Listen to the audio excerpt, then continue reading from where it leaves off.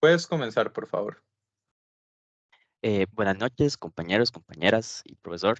Mi nombre es Gabriel Gutiérrez y yo les vengo a exponer sobre el paper One Rule to Grow the Model, a General Theory of Neuronal Branching and its Practical Application.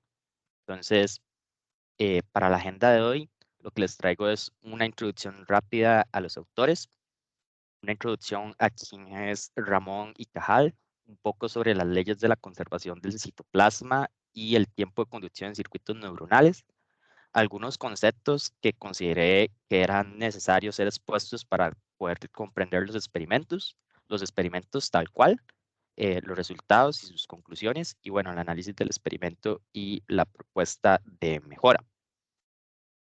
Entonces, sobre los autores, tenemos a 4 científicos, 2 de ellos que pertenecen al Instituto Max Planck de Neurobiología, si no me equivoco, eso queda en Alemania, y los otros 2 colaboradores son de la Universidad de London, University College of London, que también, si no me equivoco, ellos están más enfocados por el lado de la computación. De forma rápida, ¿quién es Ramón y Cajal y por qué este señor es importante en este artículo? Bueno, él es un científico, o fue más bien un médico y científico español que se especializó en lo que era histología y anatomía patológica. Eh, Fue uno de los ganadores, porque lo compartió de hecho, en 1906 del Premio Nobel de Medicina por su reconocimiento en el trabajo que había hecho sobre la estructura del sistema nervioso. Entre sus aportes destacados, perdón, se encuentran en prácticamente ser pionero en la descripción de las sinapsis que componen la retina del ojo humano o el ojo en general de los mamíferos, y la doctrina de la neurona, que establece que el tejido cerebral en realidad está compuesto por células individuales. Eh, Se le considera actualmente el padre de la neurociencia. ¿Y qué más ha hecho este señor? Bueno, él es el autor de las leyes de la conservación del citoplasma y del tiempo de conducción en circuitos neuronales. Estas leyes, de hecho, son las que corresponden al tema central del artículo, porque tomando estas leyes como inspiración, se propone una representación con grafos, la estructura de datos, para generar geometrías de ramificación sintéticas neuronales, ¿verdad? Que replican las características morfológicas de sus contrapartes reales, ¿verdad? De una gran cantidad de neuronas. Entonces, ¿cuáles son estas citadas leyes? Sería la ley 1, que es la ley de la conservación del citoplasma, y establece que las neuronas son unidades estructural y fundamentalmente independientes, y que cada neurona mantiene su propia continuidad citoplásmica a lo largo de sus dendritas. Ahorita tal vez vamos a hablar un poco como de qué es cada una de esta parte de la neurona. Pero bueno, en otras palabras, quiere decir que el citoplasma de cada neurona no se continúa con el citoplasma de neuronas vecinas, son completamente individuales.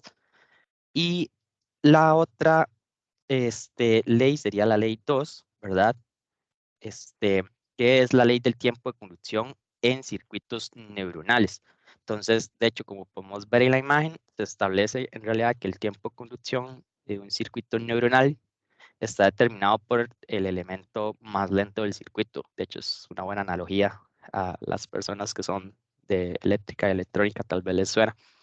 Entonces, esto quiere decir que la velocidad de transmisión neuronal está limitada por la neurona o la sinapsis más lenta. Entonces, es por esta razón que de hecho podemos tener representaciones, ya sea como circuitos o como lo proponen ellos en grafos, de hecho.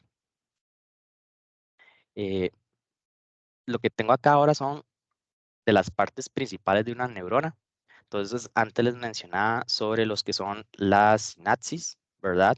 En realidad las sinapsis son la parte que dice como el nerve ending, ¿verdad? Y es donde la neurona puede formar conexiones. También puede formar conexiones con los que son las dendritas, pero las dendritas son terminales nerviosas que están pegadas, por así decirlo, a lo que se conoce como el soma. El soma es básicamente el citoplasma para las neuronas. Y bueno, también tenemos lo que es el núcleo y el axón, que se conoce como su cuerpo. Entonces, estas partes en realidad son importantes porque se recrean en lo que va a ser el modelo del experimento. Sí, no me pasé. Otro concepto que también es importante es la compartimentación electrónica de la neurona y es uno de los procesos que los autores buscan replicar. Consiste en la separación de las dendritas y el soma de una neurona en distintos compartimentos eléctricos con diferentes propiedades eléctricas, ¿verdad? Que sería una extensión de la ley número 1, que dice que las neuronas son individuales. Este proceso lo que hace es ayudar a regular el procesamiento de señales porque separan las entradas en distintas regiones de la neurona. Entonces permite que una neurona amplifique o atenúe selectivamente ciertas entradas antes de que se propaguen, de hecho, por el axón. Lo que les mencionaba también antes de las arborizaciones o más bien ramificaciones dendríticas, es un proceso, de hecho, biológico de pasos durante el cual las neuronas forman ya sea nuevos árboles y ramas dendríticas para crear nuevas sinapsis, que sinapsis vendrían a ser las conexiones entre neuronas. Otro concepto que me pareció importante incluir para entender el experimento es que tenemos diferentes tipos de neuronas basadas en su geometría. Entonces, lo que es el paper trata un poco en realidad de la bipolar y la piramidal, más que todo para la hora de los resultados, pero ahí es importante saber que en realidad eh, terminan proponiendo un método general que puede aplicar a cualquiera de estas geometrías. Luego, tal vez es un cambio abrupto de tema, pero un concepto importante es entender tal vez qué es un algoritmo avaro, que eh, es una estrategia de búsqueda o un algoritmo de búsqueda por el cual siempre se busca elegir la opción óptima en un momento dado. Entonces, en el ejemplo que tenemos, si iniciamos en 5, él va a tomar la opción de irse por 28 porque es en el momento donde él toma la decisión, él cree que esa es la mejor decisión, a pesar de que tal vez si sumamos todo el camino que hubiera sido 12 y 99, el camino por pesos hubiera sido más óptimo ese que el que en realidad el algoritmo terminó escogiendo, que sería el de 28 más 9. Pero es algo que se enfoca en tomar una decisión instantánea en el momento. Siguiendo también con algoritmos, porque en realidad estos se van a aplicar también en lo que son los experimentos. Entonces tenemos el algoritmo del minimum spanning tree, que es un árbol de expansión mínimo donde los bordes de un grafo se ponderan para conectarlos a través de todos los vértices entre sí. Entonces lo que se busca es que haya un camino para llegar a todos los vértices, pero que no hayan ciclos cerrados. Y ahora sí, lo que son los experimentos.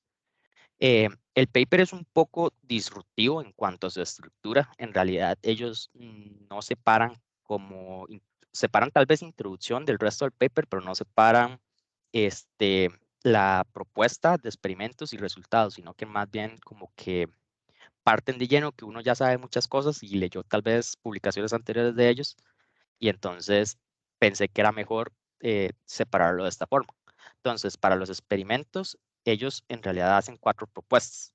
El árbol neuronal como un grafo, los grafos optimizados para implementar las leyes de Cajal o de Ramón y Cajal, un enfoque geométrico para generar árboles neuronales y un enfoque generalizado para crear árboles neuronales.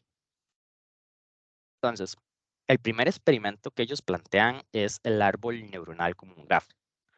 Entonces, ellos pretenden representar lo que es un árbol neuronal como un grafo que conecta un conjunto de nodos etiquetados, en este caso, que parten de un punto en común. Y en la imagen que ellos aportan, el punto inicial es del 1. Su utilidad radica en que las ramificaciones de las neuronas guardan similitud con las raíces de un árbol y los grafos son estructuras de datos que pueden replicar o pueden ser estructuras de datos que pueden llegar a formar grandes árboles de decisiones. Por lo que la propuesta en general es que el grafo puede describir un árbol neuronal específico y para poder hacerlo debe compararse por su topología o por su equivalente electrónico.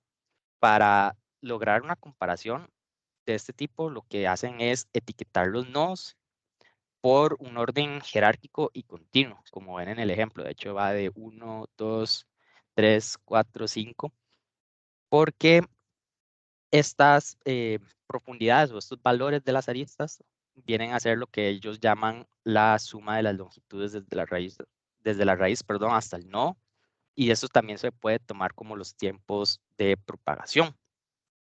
En ocasiones el número de nodos puede llegar a ser muy alto, por lo que ellos también proponen un método de remuestreo, que es para acomodar los nodos. En realidad lo que hacen es tomar una distancia en específico de muestreo, ¿verdad?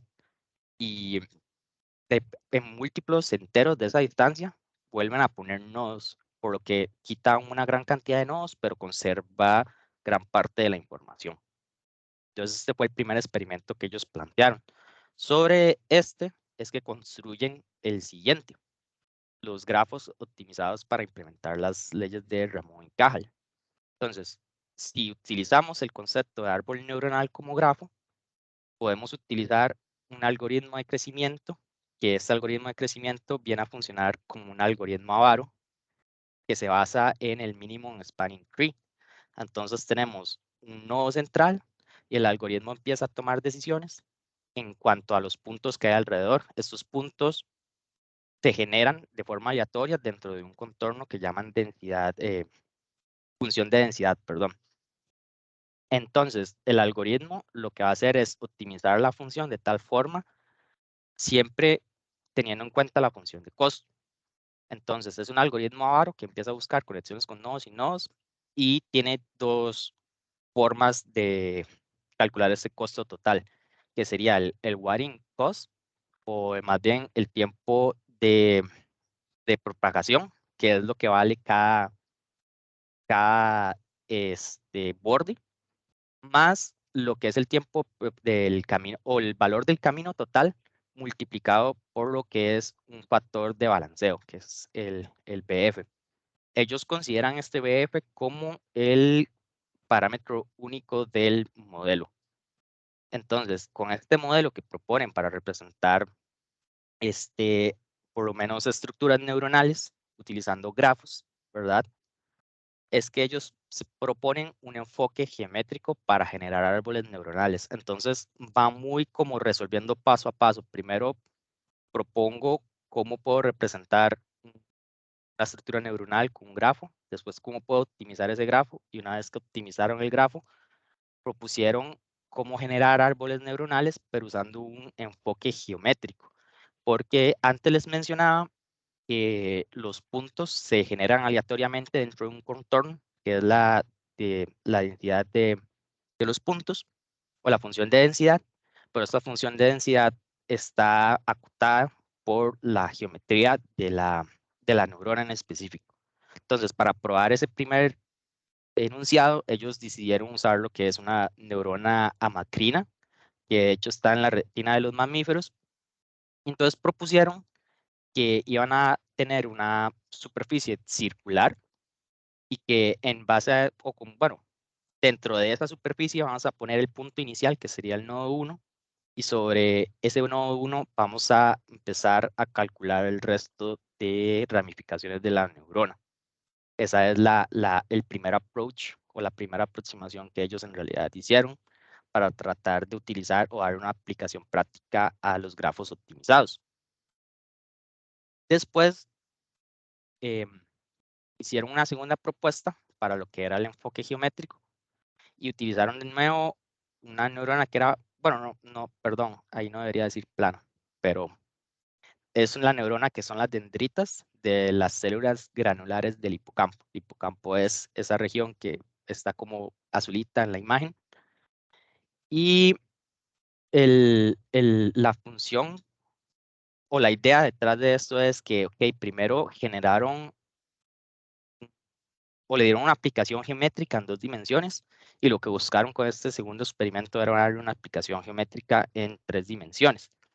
Entonces, para poder realizar esta representación, propusieron que la célula requiere una serie de pasos antes de poder comenzar a unir los puntos siguiendo el algoritmo de crecimiento. Entonces, primero debe tomarse como el centro el soma, que sería el citoplasma de la neurona, con los valores promedios que se le calculen a la superficie o que normalmente se toman también como los valores reales que puede tener esa misma neurona o la morfología de esa neurona. Y donde se hacen el cálculo de la superficie total se asemeja mucho, de hecho, a lo que es la intersección de un cono elíptico con una esfera. Entonces, por eso es que está esa gráfica por ahí. Después, después de que ellos probaran estos dos enfoques geométricos, que de hecho, bueno, aquí es la imagen de esta de abajo, son las dendritas. Entonces, de hecho, ven si parecen, es como un conito. Una vez que probaron este enfoque geométrico, quisieron llevarlo entonces al siguiente paso, a un enfoque generalizado. Entonces, para proponer este enfoque generalizado, se basaron un poco en lo que fue la geometría 3D, porque lo que dijeron fue que querían entonces centrar los árboles alrededor del soma. En este caso van a rotar los árboles para maximizar la superposición entre cada una de las superficies. Una vez que hayan hecho de que maximizan esta superposición, lo que hacen es medir los límites, que serían los límites de las superficies, por cada región de la neurona. Y dentro de estas regiones se escalan lo que son los nodos por las medias de las medidas de esta superficie. Entonces, ¿cómo se ven todos estos o estas propuestas en realidad ya en resultados? O cómo terminaron los experimentos después de aplicar, después de aplicar uno y seguir con el siguiente. Entonces, igual los resultados los dividí como en las propuestas de experimentos que ellos plantearon. Y lo primero fue el árbol neuronal como grafo.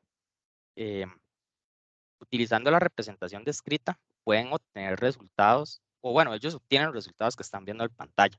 Entonces, el árbol original, construido desde cero, un punto inicial, y en este caso los puntos se colocaron de forma aleatoria sin una distribución en cuenta, se van etiquetando y conforme se van concatenando. Luego este árbol, ellos lo que hacen es que lo pasan entonces por la función de remuestreo para reducirle la cantidad de nodos, pero que sea una estructura más manejable y que al mismo tiempo conserve la mayor parte de su información. Y este resampling les comentaba que depende de una distancia de muestreo. Y esta distancia de muestreo queda a decisión del experimentador. Entonces, cuando ellos asumen una distancia en específica, ¿verdad? Pueden tomar esta misma información del grafo, porque el grafo es una estructura de datos, de las etiquetas y las distancias, para proponer su equivalente electrónico. Y su equivalente electrónico, de hecho, es el que ven como el sample tree y el equivalent tree. Entonces, lo que hacen es representar la neurona tanto de forma morfológica como con sus propiedades eléctricas que mencionábamos al principio.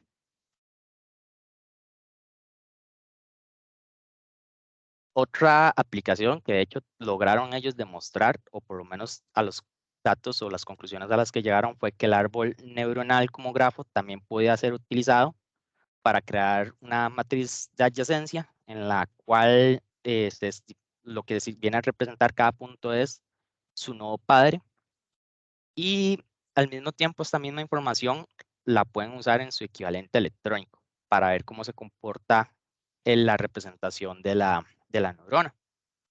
Y finalmente, porque le sacaron mucha información a estos grafos, pueden representar la neurona como lo que ellos llaman el gen topológico, donde cada cuadrito verde es una ramificación y los cuadritos negros es una terminal donde la neurona, tiene sus dendritas o sinapsis.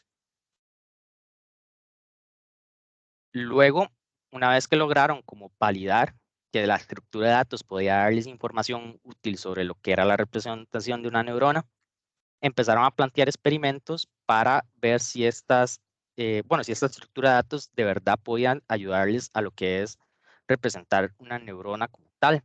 Entonces, de hecho, ejecutaron el algoritmo de crecimiento, en este caso con una distribución de puntos circular y colocando la raíz en el centro, y recrean diferentes tipos de árboles que varían en función del factor de balanceo. Y de hecho, esto es lo que utilizan para validar los enfoques genéticos, porque dependiendo de ese factor de balanceo, el árbol puede crecer ya sea más abierto o más cerrado, y esto en realidad depende, se debe encontrar el valor óptimo, ¿verdad? Porque recuerden que el factor de balanceo es el parámetro del modelo. Ese es el que se optimiza para lograr la representación de la neurona. Entonces, si no me equivoco, ellos en esta parte concluyen que el factor de balanceo óptimo para las circulares es de 0.6, pero eso es la siguiente imagen. Porque una vez que lograron entonces representar estructuras neuronales usando el grafo, bueno, los grafos optimizados y los algoritmos mencionados, se propusieron validar lo que es el enfoque geométrico. Entonces, si recuerdan, el primer caso de enfoque geométrico es la célula de la retina, que es una célula circular plana.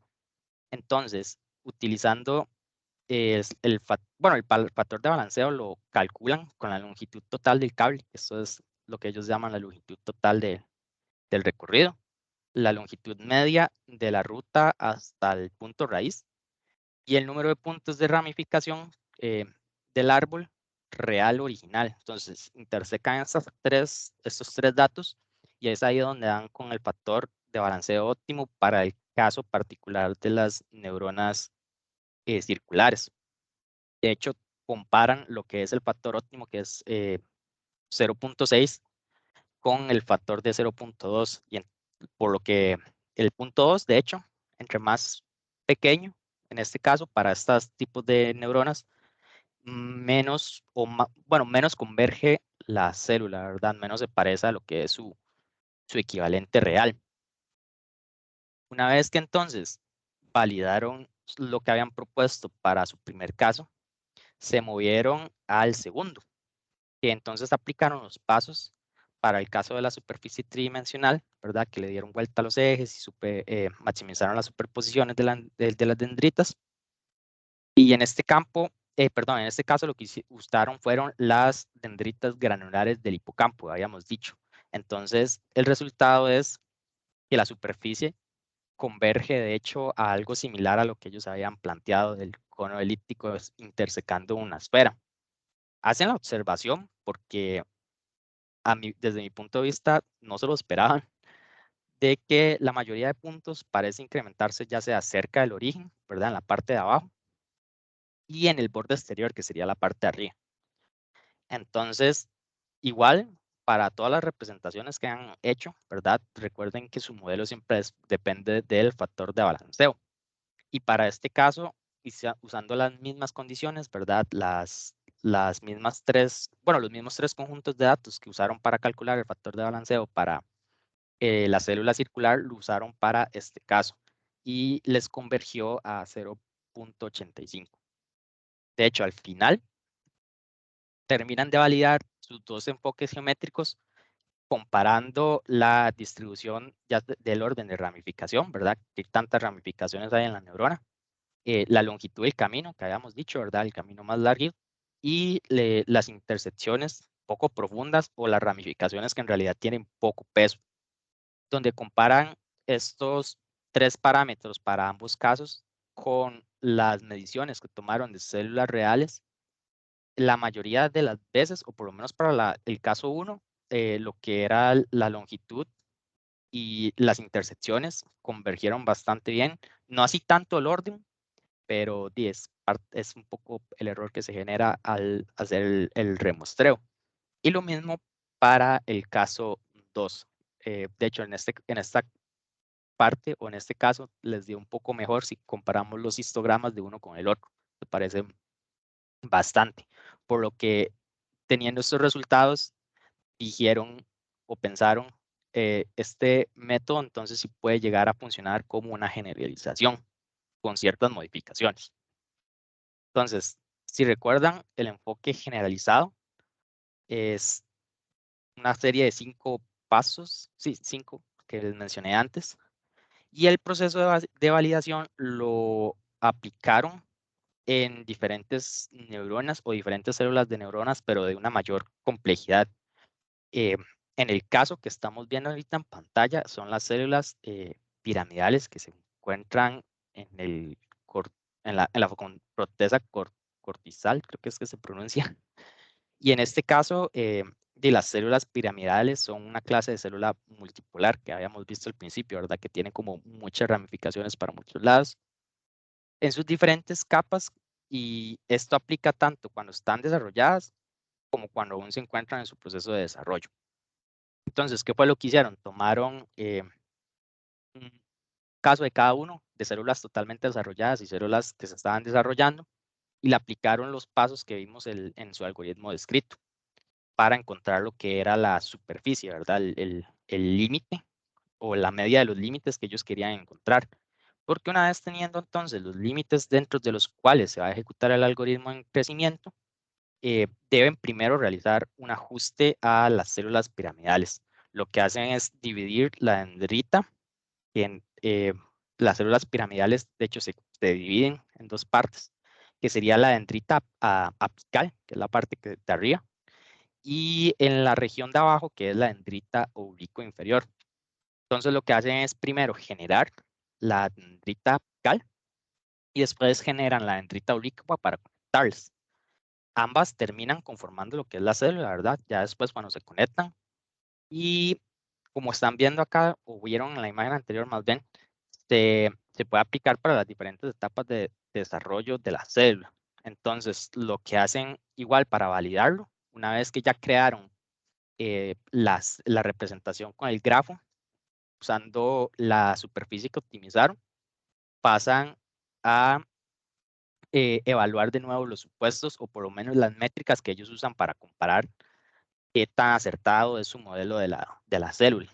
El, el orden del número de ramificaciones, el orden de la longitud total y la distancia o los ramos, las ramificaciones que tienen poco peso. Para todos estos ejemplos que vemos acá, que son diferentes tipos de células corticales, pero por diferentes capas, al final si vemos igual los histogramas, la mayoría de ellos, o por lo menos en ciertos casos, tal vez como lo que es la última columna para la capa 5 no correlacionan tan bien, pero para ellos fue lo suficientemente bueno que en las capas más de abajo la correlación sí fuera bastante buena. También, y como estamos hablando igual, en el fondo es una generalización de los algoritmos que estábamos mencionando, el de crecimiento, ¿verdad? Y depende igual de lo que es su factor de balanceo. Y en este caso, logran exponer utilizando la representación o su equivalente electrónico en cada uno de los factores. Entonces, calculan los modelos para un factor de balanceo 0, 0.2 y 0.7 y los comparan contra el equivalente electrónico, de hecho, de la célula real. Entonces, aparte de los histogramas, también buscaron validar cuál era el factor óptimo con la comparación ya de cada uno de estos valores, que los tomaron de forma empírica contra lo que es la representación real, para ver entonces cuál era el valor óptimo para poder generar la representación que más se parezca a la neurona real. Entonces, es un poco confuso seguir las conclusiones, ¿verdad? Pero bueno, lo que terminan validando al final es que el algoritmo de crecimiento propuesto puede dar árboles dendríticos sintéticos y se optimiza, bueno, si se optimiza la función de costo, ¿verdad? Que depende en realidad de lo que es el factor de balanceo. Y al final, por los datos que muestran, concluyen que no hay mucha diferencia con la representación real, ¿verdad? Y bueno, la validación de los supuestos de Ramón y Cajal, que en realidad dependen de su conductividad y de que cada neurona es individual.